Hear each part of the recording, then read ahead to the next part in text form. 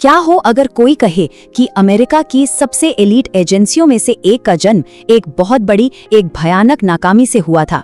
चलिए आज secret service की इसी हैरान कर देने वाली कहानी को समझते हैं। चलिए एक मंजर की कल्पना करते हैं। एक स्नाइपर की बंदूक का निशाना अमेरिका के राष्ट्रपति पर लगा हुआ है।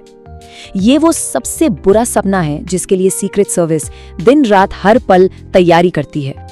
हमले के उन चंद सेकंड्स में जब सांसें थम जाती हैं, तब एक मशीन की तरह कई कार्रवाइयां एक साथ शुरू हो जाती हैं। ये एक ऐसा सुरक्षा का जाल है जिससे दशकों के तजुर्बे से बनाया गया है। सबसे पहले आती है प्रोटेक्टिव डिटेल। ये वो एजेंट है जो राष्ट्रपति के चारों ओर एक इंसानी ढाल बना लेते हैं, जो अपने प्रोटेक्टी को बचाने के लिए गोली खाने तक के लिए तैयार रहते हैं। और ठीक उसी वक्त भारी हथियारों से लैस काउंटर असॉल्ट टीम वो खतरे से दूर नहीं बल्कि सीधे खतरे की तरफ दौड़ती है। उनका सिर्फ एक ही मकसद होता है, दुश्मन को खत्म करना।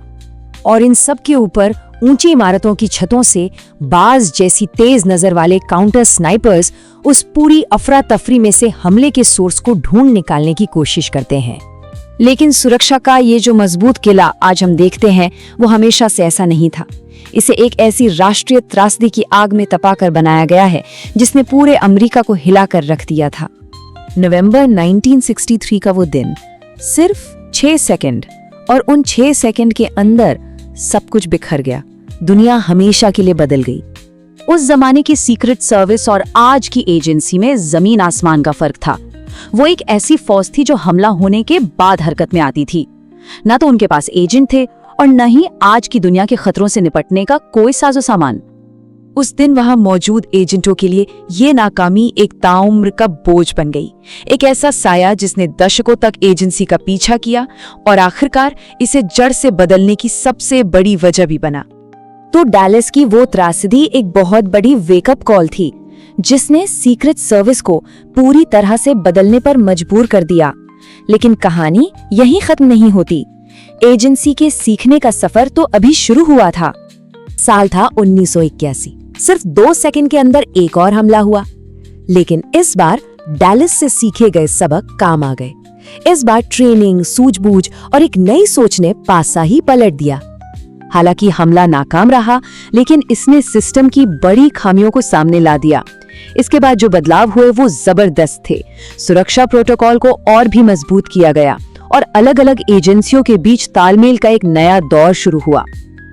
और इस तरह हर नाकामी, हर हमले की कोशिश और हर सीखे गए सबक से परत दर परत आज का ये आधुनिक सुरक्षात्मक किला तैयार हुआ। अब सर्विस एक बहुत ही एडवांस्ड खतरा वर्गीकरण प्रणाली का इस्तेमाल करती है। मतलब वो किसी की धमकी, उसके इरादे और यहाँ तक कि उसकी मानसिक हालत को भी एनालाइज करती है, ताकि अपना सारा ध्यान सिर्फ सबसे असली खतरों पर लगाया जा सके। जरा सोचिए, कैनेडी की खुली कन्वर्टिबल से लेकर आज की द बीस्ट तक का सफर। ये गाड़ी नहीं, एक चलता फिरता किला है। ये अपने आप में डिफेंस टेक्नोलॉजी के विकास का एक जीता जागता सबूत है। और यही बात आज की सुरक्षा के सिद्धांत को दिखाती है। ये किसी एक हीरो की कहानी नहीं है, ये एक पूरी सिम्फनी की तरह है जिसमें कई स्पेशल टीमें मिलकर काम करती हैं और हर टीम अपनी भूमिका निभाकर जिंदगियां बचाती है। 1000 गज, ये वो दूरी है जहां से एक काउंटर स्नाइपर को हर महीने बिना चूके एकदम सटीक निशाना लगाकर अपनी काबिलियत साबित करनी पड़ती है। अगर वो चूका तो उसे ड्यूटी से हटा दिया जाता है। यहाँ गलती की कोई गुंजाइश नहीं है। लेकिन जैसा कहते हैं ना कि सबसे मजबूत किले में भी कुछ कमजोरियां होती हैं, और सीक्रेट सर्विस भी इसका अपवाद नहीं है। इसे अंदर और बाहर दोनों तरफ से बड़ी चुनौतियों का सामना करना पड़ता है। मिसाल के तौर पर ओबामा के राष्ट्रपति कार्यकाल के दौरान खतरों की संख्या में बेतहाशा बढ़ोतरी हुई। मतलब एवरेज से 4 गुना ज्यादा।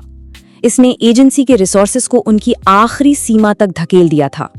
इन बाहरी और अंदरूनी दबावों ने मिलकर एक ऐसा माहौल बना दिया है जिससे कई बड़े घोटाले हुए, एजेंटों का मनोबल टूटा और सुरक्षा में ऐसी चूक हुई जिन्होंने इस एजेंसी में जनता के भरोसे को कमजोर कर दिया है।